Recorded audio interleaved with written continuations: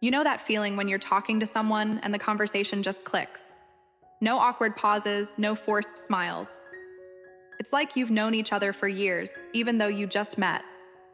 Most people spend their whole lives chasing that feeling, thinking it's luck or chemistry that either exists or doesn't. But after watching hundreds of conversations, some that fizzled, others that left both people smiling long after, I've learned it's not luck, it's a pattern. And once you see it, you can't unsee it. Valo silent power. And this is Valo silent power. If you've ever wondered why some men naturally draw women in while others stay stuck in the nice guy zone, you're in the right place. Stick around until the end, because what I'm about to share might completely shift how you show up in your next conversation. Let's be real. You've probably had that moment where you're mid-sentence and you can already feel the energy slipping. She's nodding, polite smile, but her eyes are somewhere else. And you're thinking, what did I say wrong? Nothing, probably. The problem isn't what you said, it's what you didn't say. Attraction doesn't start with looks, money, or a rehearsed line from a bad dating coach. It starts with a feeling she can't quite name, but she knows it when she feels it. And the crazy part, you can create that feeling with words, not pickup lines, not tricks, something deeper. Let me walk you through 3 phrases that do exactly that. But first, understand this. Women are wired for emotional safety. She's been approached before, probably a lot. She knows the script. You're beautiful. Can I buy you a drink? What's your number? Predictable, safe in the most boring way. But when a man speaks to her in a way that makes her feel seen, not just looked at, something shifts. Her guard lowers, her posture relaxes, she leans in. That's not magic, that's psychology. Here's the first phrase. You're mid-conversation, and she's telling you something personal, a story, a memory, something that reveals a piece of who she is. Instead of nodding and moving on, you pause, look at her like you're processing and say, "You remind me of someone?" Then you stop. You don't finish the thought. You smile, maybe shrug, and keep the conversation going like it's nothing. She'll notice you didn't leave her hanging in a weird way.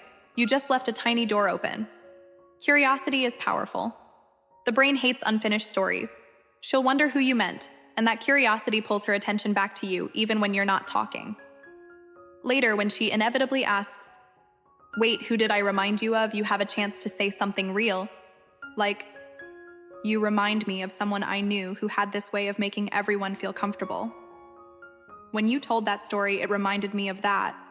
Not about her looks, about her energy, her presence that lands differently. Most women have heard "you're beautiful" 1,000 times. Compliments about character. Those are rare, and they stick. Which brings me to the second phrase about compliments, but not the kind you're thinking. Stop telling her she's beautiful, she knows. Instead, look for something she did, something she said, something she chose to share. Say, "I really like the way you explained that." Or, "It's interesting how you noticed that detail." Or, "You have a really calm way of talking about things that most people get worked up over." Those words hit different. They show you're paying attention, not to her body or outfit, but to her mind, her personality, the way she moves through the world. That's what makes a woman feel seen, and feeling seen is one of the most attractive feelings in the world. When you deliver that kind of compliment, don't wait for a reaction or stare at her like you're expecting applause. Say it, pause for a second, then move forward like it wasn't a big deal. Because it wasn't to you. It was just an observation. But to her, it's a reminder that you're different. Now, the third phrase is more playful. It's about how you answer her questions.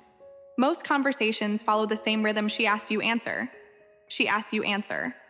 That's not a conversation, that's an interview, and interviews are boring. So when she asks you something personal like, "What made you choose what you do?" instead of giving a direct answer, pause, smile, and say, "What do you think?" That's it. Now, she's not just listening, she's participating. She's guessing, imagining what kind of person you might be, and in that moment, she's investing in you emotionally, lightly, playfully. If she guesses something close, you can say, "You're good at reading people." If she's way off, laugh and say, "Not quite, but I love that you noticed that about me." It flips the dynamic. You're not performing. You're inviting her in. And women notice when a man is comfortable enough in his own skin to let a conversation breathe like that. Here's the thing about all 3 phrases, they only work if they're attached to something real. If you're just running lines, she'll feel it. People are better at reading energy than we give them credit for. But if you're genuinely curious if you actually care about who she is, and not just what she looks like, these phrases become extensions of that real presence. That's the secret. Not the words themselves, but the person speaking them. The calm, grounded man who doesn't need to impress, who listens more than he performs, who can make her laugh without trying too hard. That man isn't playing games. He's just present. And presence, that's rare, that's magnetic. If you've been stuck in your own head during conversations, worrying about what to say next, analyzing every pause, this takes practice. Be patient with yourself. You're not going to land every moment perfectly, but even the small shifts matter. Even one phrase used naturally can change the entire energy of a conversation. You'll notice it in the way she looks at you a little longer, the way her voice softens, the way she asks you questions instead of just answering yours. Those little moments add up over time, they become your new normal. And if you've ever wondered what it feels like to have women genuinely drawn to your presence, not because of your status or looks, but because of the way you show up, keep going. You're closer than you think.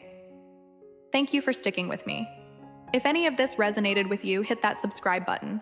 I put out new conversations like this every week, and I'd love to have you here. And real quick, I want to hear from you. Which of these 3 phrases stood out the most? The curiosity line, the character compliment, or the playful question reversal? Drop a comment and let me know. I read every single one. Until next time, speak with intention, listen with presence. And remember that the best conversations aren't about proving anything, they're about connecting. See you in the next one.